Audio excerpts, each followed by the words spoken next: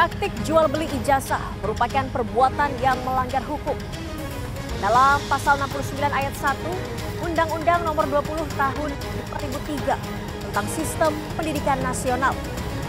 Siapapun yang terbukti menggunakan ijazah palsu terancam hukuman pidana penjara paling lama 5 tahun serta denda maksimal 500 juta rupiah. Selain itu dalam pasal 263 ayat 1 KUHP tentang pemalsuan surat, pelaku juga terancam pidana penjara paling lama 6 tahun penjara.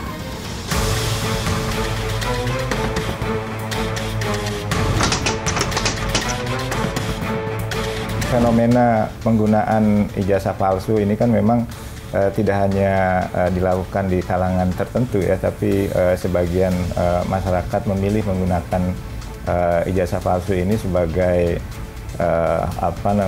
upaya untuk mengelabui publik gitu tentang identitas dirinya. Jadi karena memang di masyarakat kita ini kan ada semacam semangat feodalistik ya. Kalau ada gelar itu kayaknya posisinya jadi lebih tinggi gitu. Jadi sebagian masyarakat kita dan juga mungkin sebagian pejabat kita itu seperti butuh validasi gitu. Validasi bahwa dia tuh kompeten, bahwa dia itu punya gelar akademik yang membuat dia meyakinkan ke publik bahwa dia itu sesuatu gitu. Nah, padahal sebenarnya dia sedang membohongi dirinya sendiri dan membohongi publik. Nah, ini yang saya kira sesuatu yang tidak pantas ya. Melamar menjadi anggota dewan menggunakan ijazah palsu misalnya, itu bentuk dari penipuan ya, yang saya kira itu bisa diproses secara hukum. Kita melihat satu fenomena sebagian masyarakat kita yang senang dengan budaya instan ya. Dia ingin dapatkan sesuatu tanpa proses. Nah, ingin punya gelar tapi malas belajar. Nah, saya kira ini fenomena masyarakat kita yang perlu kita edukasi secara publik, bahwa ijazah itu harus mencerminkan kompetensi. Ijazah itu harus merupakan refleksi dari proses pembelajaran yang dijalani oleh seseorang, sehingga dia layak mendapatkan ijazah. Juga sudah membuat secara sistem ya apa yang kita sebut dengan penomoran ijazah dan sertifikat nasional (PINS). Jadi sebuah ijazah itu ada nomornya itu bisa kita cross check di dalam PINS kita. Kalau itu kita masukkan nomornya nggak ada, nah itu berpotensi palsu.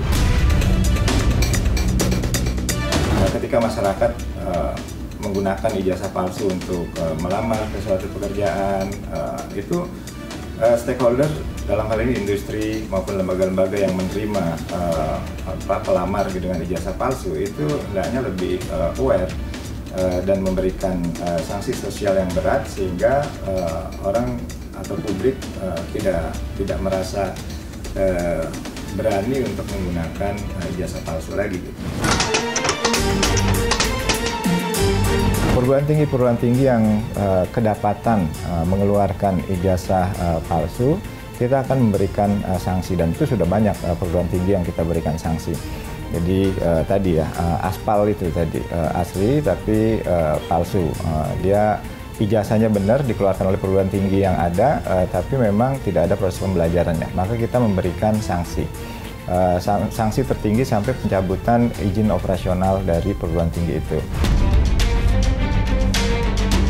Kalau memang teridentifikasi itu kita tinggal serahkan ke aparat penegak hukum, karena memang dia sudah bersekongkol, berkomplot untuk melakukan tindakan kejahatan. Jadi ini kan pemalsuan itu kan tindak pidana, pemalsuan dokumen, ya kan, ini kan tindak pidana. Jadi saya kira bisa proses secara hukum. Kalau ada tunggakan iuran kemudian ditahan dan yang bersangkutan membuat ijazah palsu ya. Ini terlalu beresiko sebenarnya. Jadi ini kan persoalan administratif keuangan antara mahasiswa dengan kampus ya. Yang itu sebenarnya bisa dicarikan jalan keluar yang mudah gitu. Saya kira misalnya ijazah dia tidak bisa berikan, tapi dia bisa memberikan legalisirnya misalnya, sehingga hak yang bersangkutan untuk menggunakan gelarnya, menggunakan ijazahnya untuk mencari kerja misalnya itu tidak hilang. Kalau dia bisa mencari kerja dengan legalisir ijazahnya itu kan nanti dia bisa bayar tuh tunggakannya gitu. Kita tuh ada sekitar 4.000 lebih gitu di berbagai wilayah. Kita bekerjasama dengan LLDT, kita punya namanya Lembaga Layanan Pendidikan Tinggi di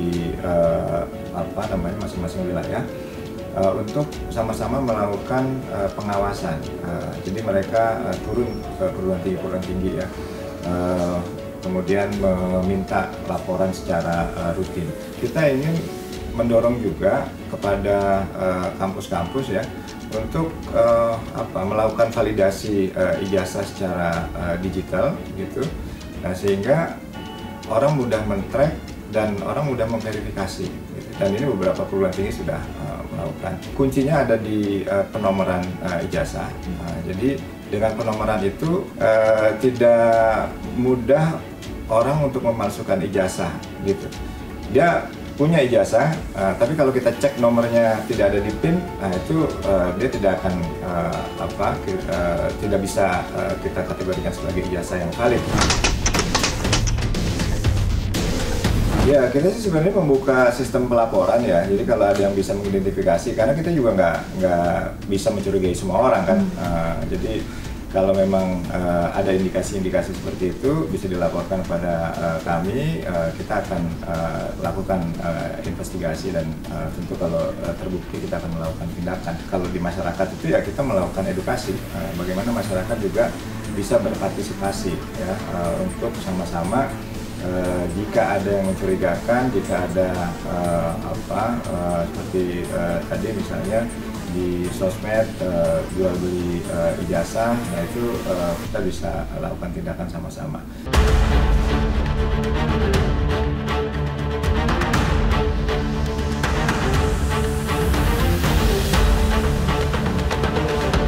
Kasus ijazah palsu menambah deretan kriminalitas yang terjadi di Republik Indonesia.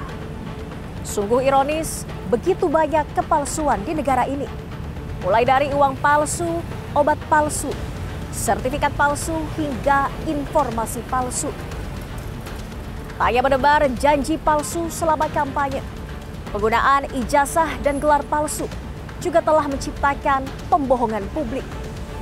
Jadi jangan bilang Anda tidak tahu akan permasalahan ini, karena kami sudah memberitahukannya.